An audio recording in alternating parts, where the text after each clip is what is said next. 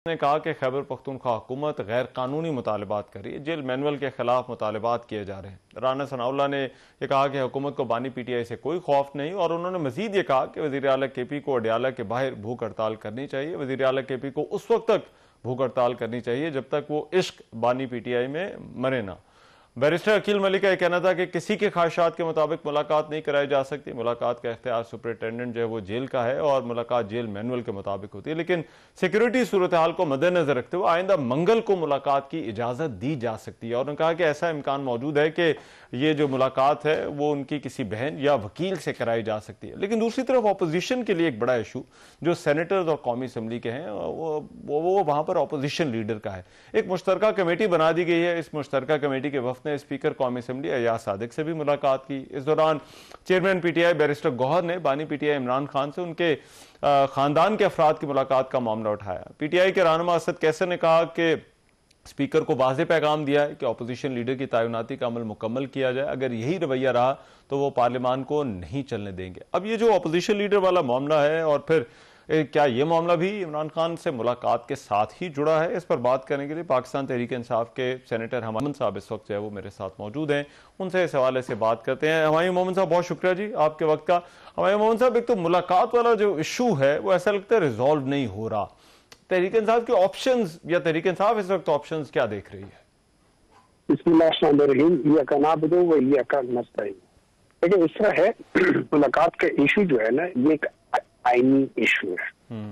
इस इशू के ऊपर आपको आइन तहफ़्फ़ुज़ देता है। आपका जेल मैनुअल मेरे रूल नंबर 92 है ऑफ दी एक्ट, मेरे 1972 का है या कौन 78 का वो है। उसके ऊपर ये जो कोई भी कैदी हो, मैं किसी भी कैदी की बात कर रहा हूँ, पॉलिटिकल कैदी का तो मसले कुछ और होते हैं ना, उनको ये इख्तियार होता है कि वो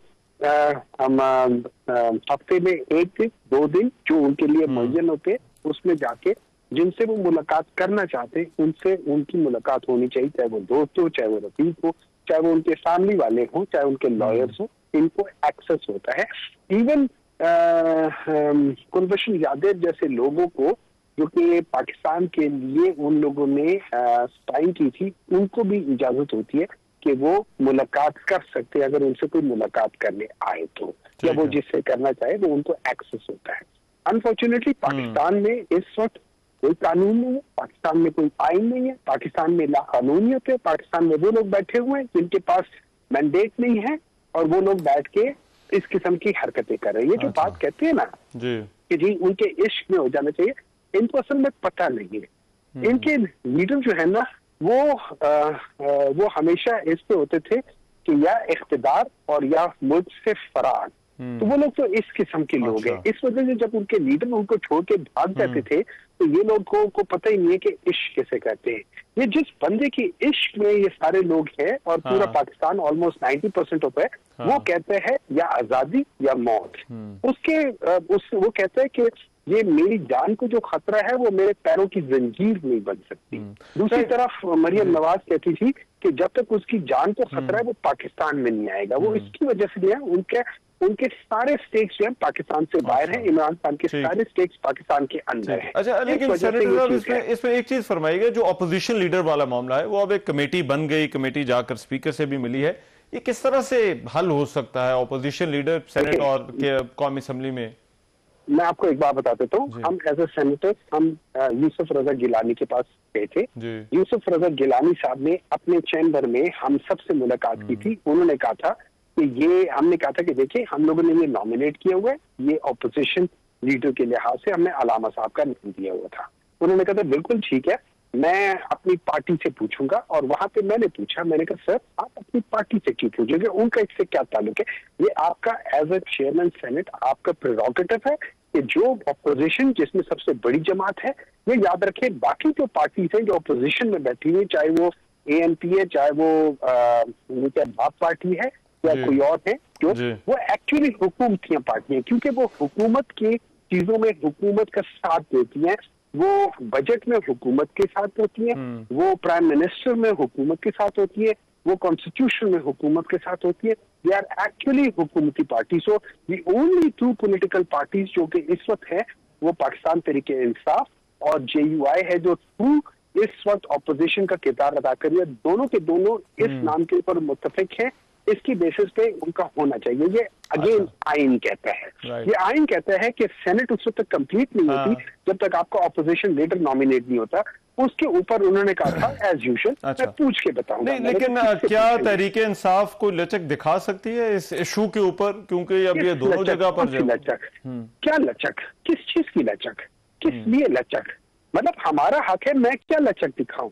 मतलब आप मुझे क्या कह रहे हो कि मेरा हक है, मुझे ये मेरा हक नहीं, ये आइन कहता है कि आपको ऑपोजिशन लीडर जिसके ऊपर सबसे ज्यादा लोगों को एतमाद है उसको आप ऑपोजिशन लीडर नॉमिनेट कर दे, अपॉइंट कर दे। मतलब इसमें लचक की क्या बात है? मैं कौन सी लचक, किस किस्म की लचक? खुदा का खौफ करे आप लोगों ने पाकिस्तान के आइन से कोई पता नहीं कोई गेम बना दी कि लचक बनाओ, लचक दिखाओ। किस चीज के लिए लचक? लेकिन ऐसा लगता है मोहम्मद साहब, जो तासुर ये जा रहा है कि तहरीक इंसाफ अपने आप को पार्लिमानी सियासत से दूर करती जा रही है, कमेटियों से बाहर आ गए, उसके बाद ऑपोजिशन लीडर का ओहदा, जाहिर बात है बड़ा ओहदा होता है, हर पार्टी जो भी ऑपोजिशन में होती है वो चाहती है कि उसका बंदा है, पॉलिटिकल स्पेस भी आप क्लेम करते हैं। तहरीक इंसाफ ये भी जो है वो दे रही है और अपनी पार्टी की जगह दूसरी पार्टी को जो है वो दे रही है। तो क्या वाकई तहरीक इंसाफ विड्रॉ कर रही है और पार्लियामेंट्री पॉलिटिक्स से? मुझे एक बात बताएं, आपको क्या इस बात का इल्म है कि ये जो बॉयकॉट का सिस्टम है ये एक non violent way of moral ethical ground पे आप अपने आप को उस चीज से बाहर निकाल देते हैं, बॉयकॉट करते हैं। That doesn't mean you are not a part of it, that means you think कि इसमें इतनी जाती हो रही है कि उधर बैठ के आप उसी चीज की तौहीन होती है। तो एक्चुअली इन लोगों ने आइन की तौहीन हुकूमत कर रही है, एक्चुअली इस पूरे सिस्टम की तौहीन ये हुकूमत कर रही है। आपको पता है इस वक्त जो पार्लियामेंट की तौहीन ये हुकूमत कर रही है। आपको पता है इस वक्त सेनेट की, नेशनल असेंबली की वो अपॉइंट ना करके ये है। नंबर 2, मैं आपसे पूछता हूँ, आपका एक हक है, वो आपको कोई हक ना दे रहा हो और वो आपके हक को गसब कर रहा हो, आप क्या करोगे? आप सबसे पहले जिन लोगों को इख्तियार में, दायरा इख्तियार में आता है, आप उनसे बात करोगे। अगर वो नहीं करेंगे आप क्या करोगे?